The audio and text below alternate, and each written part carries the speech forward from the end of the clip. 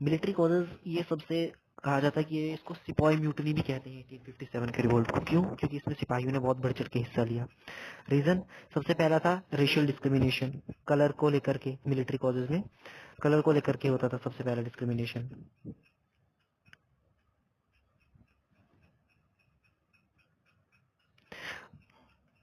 तो ये सबसे पहले कलर को लेकर के डिस्क्रिमिनेशन।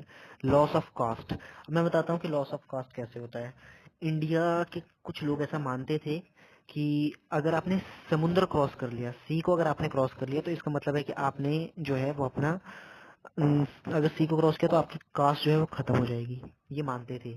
ठीक है।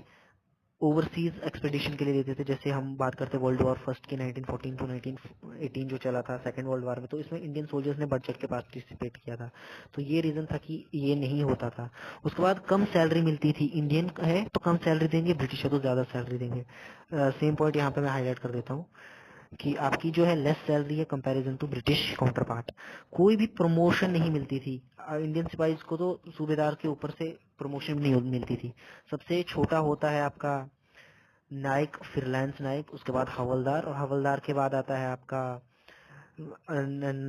वगैरह वगैरह। और सूबेदार जो था वो आज भी हम मैं आपको बताऊं, सूबेदार जो है non commission officers Indian army में आप देखोगे ना, उनकी हाईएस्ट पोस्ट है।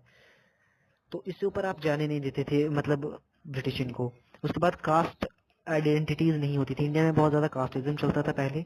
तो होता यह था कि क्लैश होता था, लड़ाई होती रहती थी अपर कास्ट और लोअर कास्ट के लोगों के बीच में। ठीक है।